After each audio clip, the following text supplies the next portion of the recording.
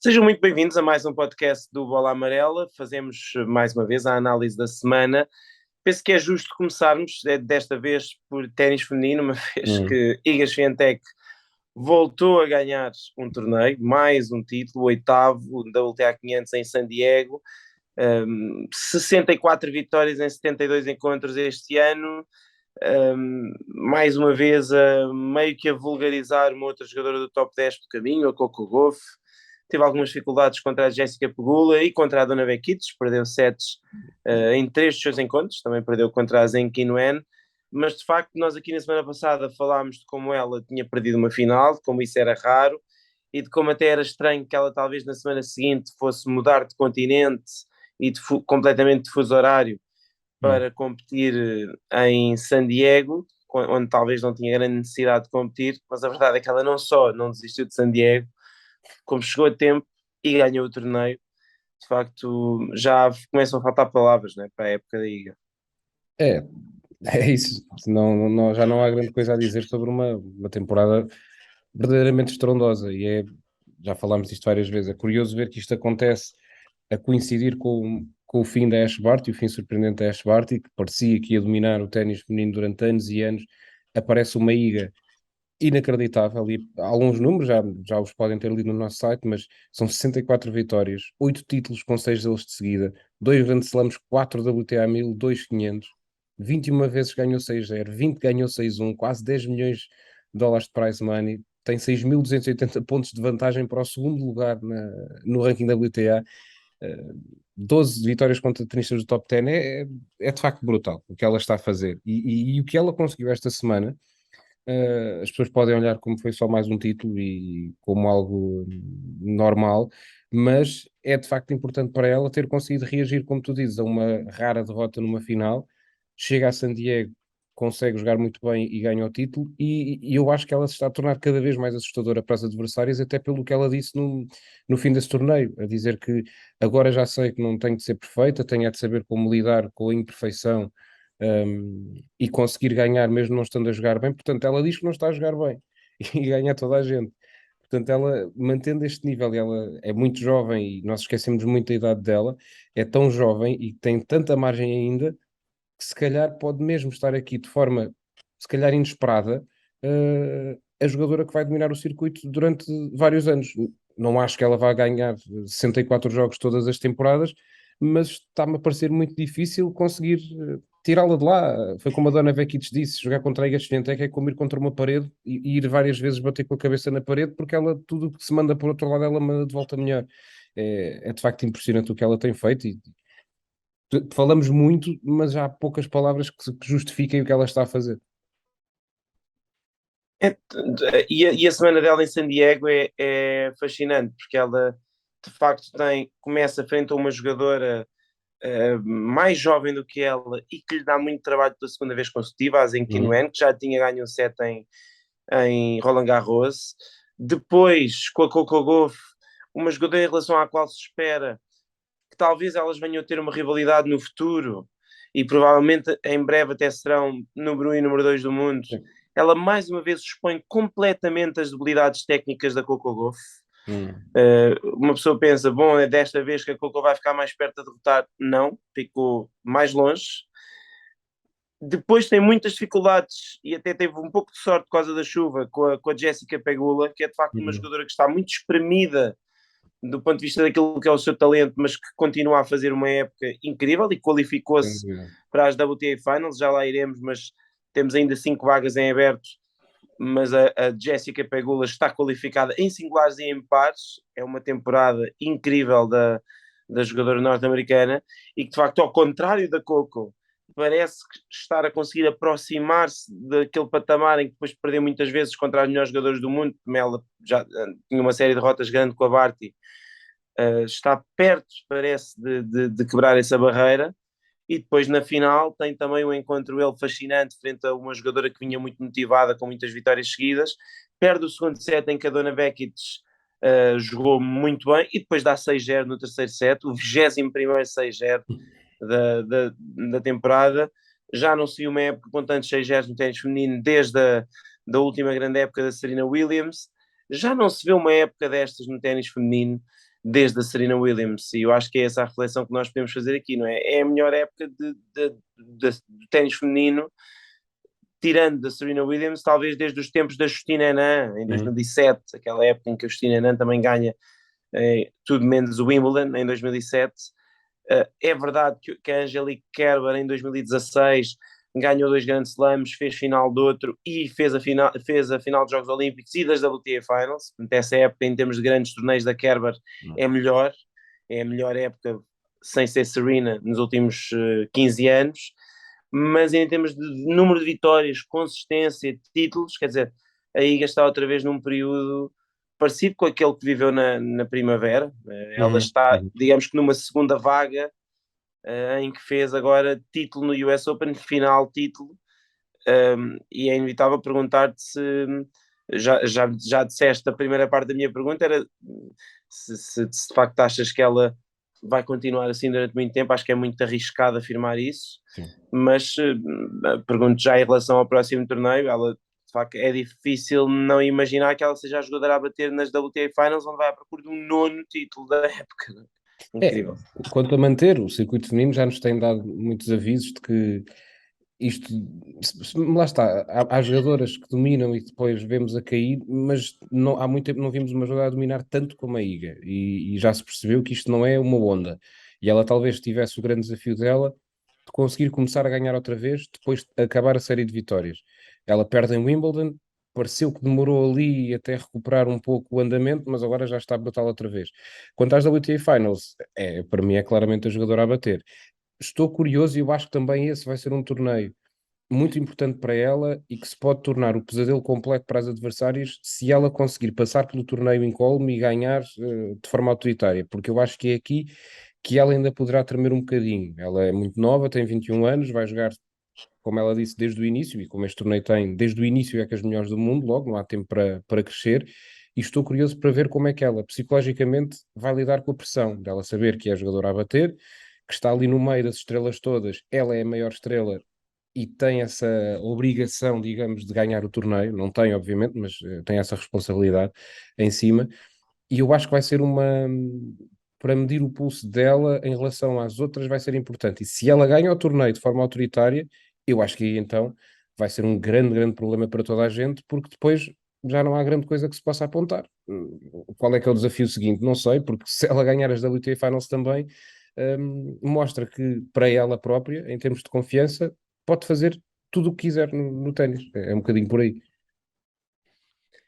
E por falar em WTA Finals, como disse, temos uma terceira jogadora apurada, a Jessica Pegula. Ela qualificou-se em singulares e em pares ao lado da Coco Gauff. A Coco Gauff que também está praticamente apurada. Falta-lhe uma No vitória. entanto, ainda não está apurada, sobram 5 lugares.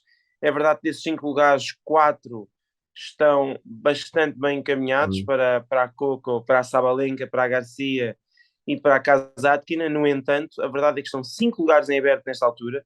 No início da semana estavam 17 jogadoras na luta e só não são 19 porque a Simona Halep e a Anett Kontaveit acabaram a época mais cedo, portanto decidiram não ir a Guadalajara, e no caso da Halep, ela até está ainda em posição de apuramento, até se pode vir a apurar sem estar, sem ir jogar, se bem que é improvável, em princípio deverá ser ultrapassada por alguém esta semana, digo eu, mas a verdade é que das 17 a Ekaterina Alexandrova, entretanto, perdeu, portanto já só são 16, mas ainda assim, de facto, Gauff, Sabalenka, Garcia, Kasatkina e Kudermetova estão em posição de qualificação. Depois temos esta semana em Guadalajara a Maria Sakkari a ter de ganhar uma ronda, pelo menos, para ter hipótese de se qualificar. Depois a Belinda Bencic, a Paula Badosa e a Madison Keys a ter que chegarem pelo menos às meias finais. A Danielle Collins e a Petra Kvitova a terem que chegar pelo menos à final, e todas as outras jogadoras, Bia Maia, a ver se não me perco aqui, mas a Bia Maia, a Lyudmila Sansonova e a Helena Ostapenko, a Helena Rybakina e estava a faltar alguma, a Bárbara Krejcikova, exatamente, a terem de ser campeãs para terem alguma hipótese de chegar às WTA Finals. Mas, bem, enfim, algumas destas jogadoras precisam de ser campeãs, sinceramente, não me admirava muito. Eu acho que quase todas elas, a própria Bia, enfim, já tem a final de 1.000, a Ostapim, nunca se sabe o que esperar, a Kreshikova está numa série imparável e é uma das favoritas ao título em Guadalajara, a Rybakina, enfim, é campeã do Wimbledon e a Samsonova é a jogadora com mais vitórias neste semestre, ou seja, acho que temos aqui uma semana de loucos, até porque algumas destas jogadoras, a Samsonova vai jogar com a Sabalenka na segunda ronda, a Bencic vai jogar com a A Baldosa Stephens, com a Azarenka. A Badosa com a Azarenka, enfim, todas elas têm de facto aqui, ou a maioria delas têm encontros muito difíceis. A Kudermetova, por exemplo, pode defrontar a Vekic na segunda ronda. Acho que temos aqui de facto uma grande semana, não é? Mesmo num torneio que não conta com as duas primeiras do ranking, aliás, não conta com as três primeiras do ranking, porque a conta a Veit ainda é a número 3, mas mesmo num torneio da UTA 1000 a fechar o ano que não tem de facto muitas estrelas, acho que este ponto de interesse adicional das finals torna isto tudo interessante. Sim, vai ser uma loucura e é giro porque mete sempre toda a gente e especialmente os portugueses acho que gostam muito de estar com as contas e perceber o que é que este precisa para ganhar e para ir e para não ir e acho que vai ser muito giro e vai ser muito interessante perceber quem é que vai conseguir esse lugar. Concordo contigo, há 4 lugares que estão basicamente entregues, acho muito difícil, por exemplo, que a Garcia e a Casado que ainda não consigam qualificar-se. Agora, a última posição, eu estava aqui a olhar rapidamente e eu acho que a Badosa não consegue. Não me convence neste final da época. A Maria Sakkari também não está longe de convencer, acho que está a acusar imensa pressão. Mas depois, em termos de quadro, a Kudermetova passando eventualmente a Dona Vekic é quem tem um quadro um bocadinho mais simpático. Porque, por exemplo, a Belinda Bencic, que está a jogar bem, vai defrontar uma Sloane Stephens com quem pode perfeitamente perder e depois provavelmente a Caroline Garcia. Vai ser meio uma loucura, mas eu diria que vai ser a Kudermetova a qualificar-se. Não sei se concordas comigo ou se queres arriscar aqui num nome diferente, mas eu diria que Eu acho que é uma aposta, não é muito arriscada. sim, é a aposta segura porque ela também É, está à frente das outras, está não é? mais Acaba perto. por ser a única ameaça real que ela tem é a Maria Sakkari. E a Maria Sakkari de facto não está a jogar grande coisa. Agora a verdade é que se a Kudermetova perde na segunda ronda, Aí abre. aí abre completamente e acima de tudo a Sakkari só precisa de ganhar um encontro para a ultrapassar. O que muda tudo. Não, e depois Se bem que a Sakkari entram as outras na equação também, obviamente. sim, se bem que a Sakkari joga com a Marta Kostiuk na segunda ronda e pode perfeitamente perder. Tem a Danielle Collins nos oitavos de final, que também está na luta. É como diz a Casado, que ainda tem a Bárbara Krejcikova. Eu gosto muito do quadro da Bárbara Krejcikova, sinceramente. Acho que ela, ao nível a que está a jogar, Sim, sim, sim, pode ganhar. é óbvio que pode meter pressão. E lá está, se uma destas jogadoras de trás ganha o torneio, se uma Kvitova, ou se uma Krejcikova, ou se uma Ostapenko, ou Sansonova, todas jogadoras que se engatarem podem perfeitamente ganhar o torneio. Se uma destas jogadoras ganha e a outra faz final, imaginamos que a Krejcikova ganha na final à Kvitova, qualificam-se provavelmente as duas e se calhar as duas, a As Kvitova duas já não não, as dava, duas não. provavelmente se qualificarem as duas, mas eventualmente imagina que era a Krejcikova contra a Madison Keys na final, Uhum, provavelmente qualificavam-se as uhum. duas e aí já punham um bocadinho em causa pelo menos o lugar da Kasatkina, ou eventualmente se a Kasatkina passasse uma ronda e a Garcia não, a Garcia, portanto aí já podia animar um bocadinho. Portanto eu acho que sim, que a Kudermetova obviamente um, está na frente, tem margem em relação às outras, mas é de facto a contar que nenhuma das jogadoras de trás vai ter uma semana incrível, o que não é uma improbabilidade assim tão Não grande. podemos esquecer do ano passado, a Contaveit estava completamente fora da luta, um mês antes. Sim, exatamente, é que são 1.000 pontos. Isto normalmente no circuito feminino não acontece, porque os últimos torneios antes das finals são torneios pequeninos. Isto está a aparecer mais o caso do ténis masculino com Paris, não é? Uhum, Normalmente temos Paris como último torneio e já aconteceu o Jack Sock qualificar-se quando era 17º uhum. da race na semana anterior, em 2017, ele qualificou-se diretamente com a última vaga e depois até fez meios finais. Portanto, eu acho que é um bocadinho esse perfil que vamos ter aqui esta semana. Eu acho que, olhando friamente à forma das jogadoras, tirando a Kudermetova, a jogadora com mais hipótese era a Bencic, mas ela de facto tem um quadro muito difícil e É, é. já ia perdendo na última noite. Eu tive, enfim, até dormi muito pouco porque estive a acompanhar o jogo até ao fim, nunca mais acabava. Ela teve 5 match points no segundo set, não aproveitou. e depois acabou por ganhar na mesma em 3 sets à Leila Fernandes, acabou por ser uma boa vitória, mas como diz ela, agora vai defrontar a Sloane Stephens, que vem de 6 vitórias seguidas em Guadalajara, ganhou 250 e ontem perdeu meia dúzia de pontos no encontro contra a Linda Fruvirtova, portanto vai ser de facto uma ronda dura para a Belinda. As condições também não sei se lhe agradam muito, a altitude ali em Guadalajara são condições muito específicas e aliás a Iga penso que não foi este torneio por causa disso, porque ela no ano passado jogou horrivelmente nas WTA Finals, Sim, porque a bola não voa ia fazer muito, nada lá. as Não ia condições ganhar nada. as condições estão muito complicadas. Eu acho que são condições boas para uma Petra Kvitova, que ontem ganhou, para uma Ostapenko, se conseguir controlar bem a bola, para a Sansonova, para jogadora, para a Sabalenka, para jogadoras que de facto, Garcia, para jogadores que batem na bola, servem bem e batem na bola com muita força, independentemente, independentemente das condições, e que se conseguirem arranjar a maneira de controlar a bola, então vão ser muito difíceis de passar. Por falar na luta das finals, mas passando para o lado masculino, esta semana tivemos dois campeões, dois títulos importantes, eu acho, para os dois jogadores que ganharam. De um lado, o Andrei Rublev, já 12º título da carreira. Ele, de facto, é um jogador que em finais de 250 e de 500 é um jogador imparável. Ganhou em Gijón, ele que ganhou uma série de jogadores bons, nomeadamente ao Dominic Thiem e ao Sebi Corda nas meias finais e na final, mas também ao Tommy Paul, por exemplo. Teve de facto uma semana muito bem, que jogou muito bem. Na final nunca houve qualquer dúvida que seria ele a ganhar. Deu um passo muito importante na qualificação para as finals. Diria que também aí temos 3 vagas em aberto, mas há 2 que estão praticamente entregues ao Medvedev e ao Rublev. Há uma última que está muito em aberto, e essa última neste momento vai sendo ocupada pelo Félix Auger-Aliassime, que ultrapassou o Taylor Fritz e que com o título em Florença, também um título muito importante para o Félix, não é? Apenas o segundo da sua carreira, ele tem todo aquele registro de finais perdidas, e também ele ganhou sem espinhas esta final em Florença. Como é que olhaste para esses 2 títulos do Rublev e do Félix? Do Rublev não é propriamente uma surpresa, se bem que é, como tu dizes, é importante para ele, porque esta tem sido uma época estranha para o Rublev. Não andou longe de sair do top 10, tem 4 títulos, a verdade é essa. Ele tem 4 títulos e parece quase que foi uma época assim para o Rublev. Podia E é perfeitamente. sexto da race, não é? Olhas para Pois, a race e ele não teve uma má época, essa é que é a pois, questão. mas fica essa sensação. Eu acho que fica a sensação porque, tendo em conta o que ele já conseguiu, as pessoas estão sempre à espera que ele chegue a uma final do Grande Slam, por exemplo. Este ano teve uma grande oportunidade de o fazer em Roland Garros, não conseguiu.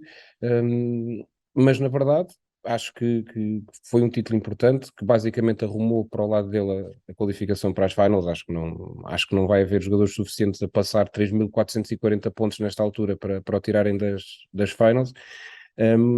E acho que para o GLA acima, não só pelas finals, mas em termos de final de época, este troféu de Florença foi importante, até porque ele começa o torneio a jogar muito mais ou menos, não me convenceu nada no primeiro encontro dele com o Oscar Otte, mas depois foi crescendo, acaba a semana muito bem, ao ponto de eu achar, até porque ele agora vai já jogar esta semana em Antuérpia, o Taylor Fritz não joga, joga o Ben Urcatos, mas eu acho que não lhe vai escapar este lugar nas finals. Acho que vai ser um final de época marcante para ele, porque vejo com mais certeza, com mais confiança, e se tivesse corrido mal este torneio de Florença, já não dizia nada disto, porque eu acho que ele aí ia tremer e com ter tantos torneios seguidos no fim da época tem 2 lados, que é, se as coisas correrem bem, espetacular, parece quase que nem se cansam, vai tudo sempre a aviar, sempre rápido, sempre a ganhar.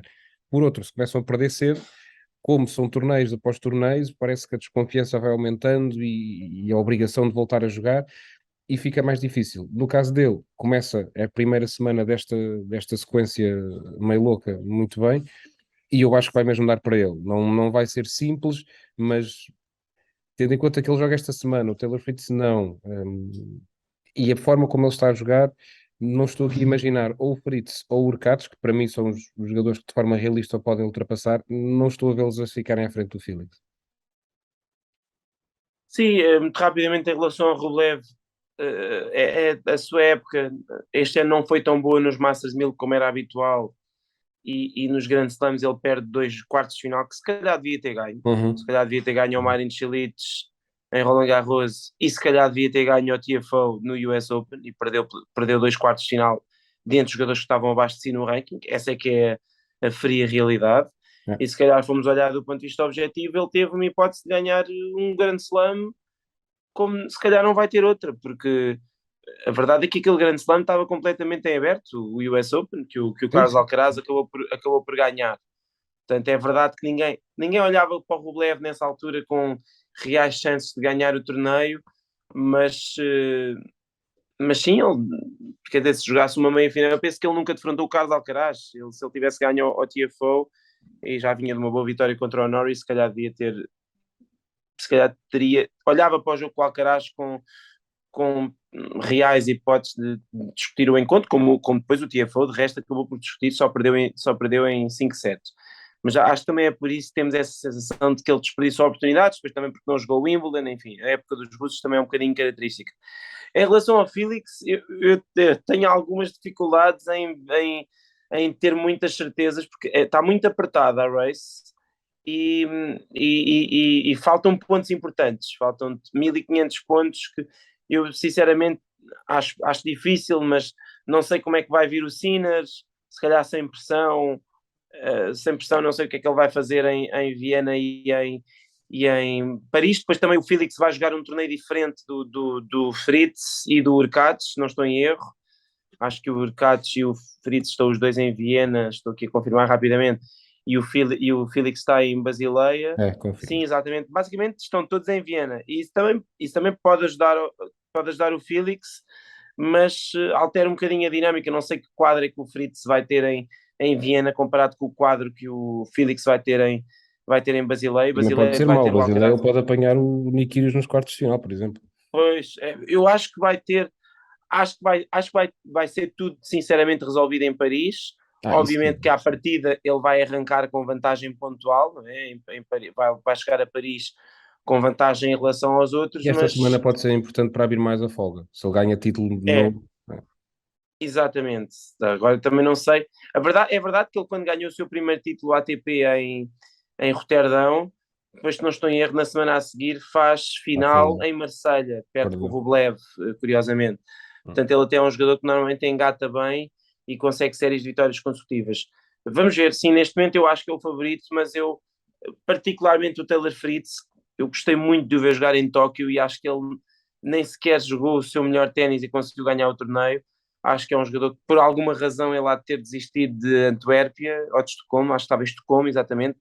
Portanto, acho que ele estará a pensar em acabar fortíssimas duas últimas semanas do ano. Terá considerado que 3 seguidas já era muito e abdicou do torneio que valia menos pontos. Portanto, eu acho que ele deve estar também motivadíssimo para jogar as finals. E por isso vamos ver. Vai ser engraçado, mas sim, concordo que neste momento o Felix é favorito, mas acho que está muito apertado para o último lugar e vão ser também. E Vão quem ser sabe, se também isto não semanas fica tudo maluco, fascinantes. ainda não fica o Rublev em dificuldades. Não é impossível. Sim, sim, eventualmente Difícil, mas não é impossível.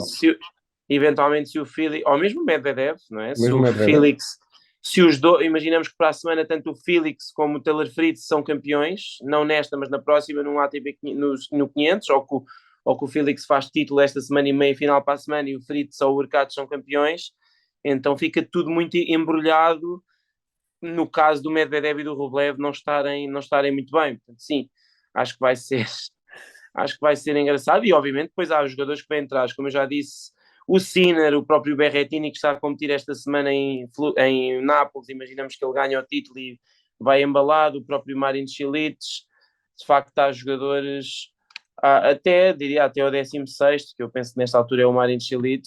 uhum.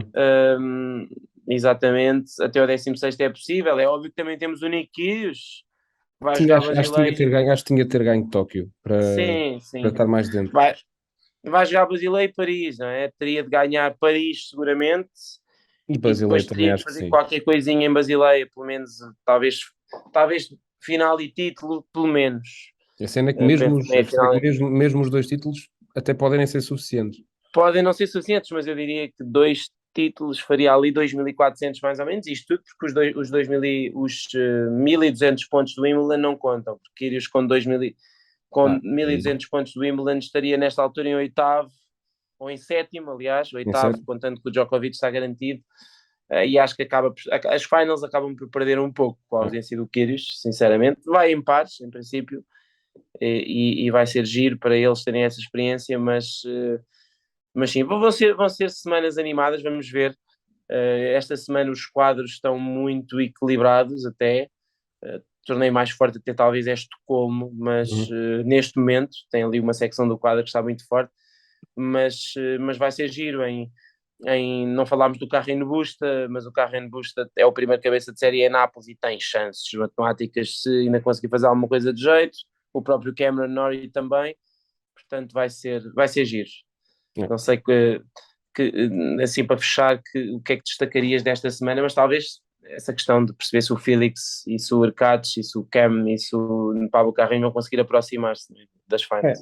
Vai ser por aí, vai ser giro perceber como é que, porque esta é uma semana que valendo só 250 pontos, para estes jogadores, por exemplo, ao caso do Félix, dá-lhe uma margem, uma folga para algum contratempo que ele sofre em Basileia, e mesmo em Paris, e para os outros tem de cortar as distâncias rapidamente, mas vai ser uma reta final da temporada muito interessante, com os jogadores a darem tudo o que têm, porque querem muito jogar as finals. E claro também, esperar que nesta semana que o João Sousa consiga estragar as contas de alguns em Estocolmo e que o Nuno Borges consiga também estragar as de outros em Nápoles, seria bom sinal.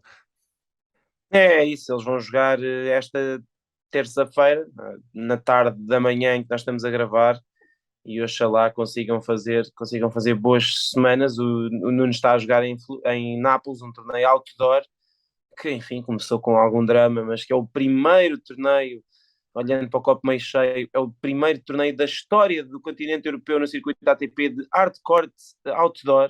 Por acaso li ontem esta estatística, este dado, e é engraçado, nunca tinha havido um torneio na Europa em piso rápido ao ar livre. Normalmente os torneios na Europa ou são em terra batida, ou são em relva, ou são em piso rápido indoor. Portanto, mérito para Nápoles ter organizado, ainda por cima em outubro, um torneio em piso rápido outdoor, mas enfim, com as complicações que são conhecidas, com o corte a não estar bom, mas são as condições de jogo preferidas do Nuno, em condições normais. Portanto, oxalá ele consiga jogar parecido com aquilo que jogou no US Open, por exemplo. E depois o João Sousa está em Estocolmo, vai defrontar um tenista escandinavo, o Emil Rosovori. Vamos lá ver como é que as coisas vão correr, mas oxalá corram bem. Bom, está tudo contado. Nós vamos agora já para estúdio. O Pedro vai comentar um torneio ou outros, mas foi como sempre um gosto ter estado aqui a falar um bocadinho para todos vocês. Voltamos para a semana para mais um episódio do podcast do Bola Amarela. Acompanhem-nos nas redes sociais e no site. Nós voltamos então no início da próxima semana.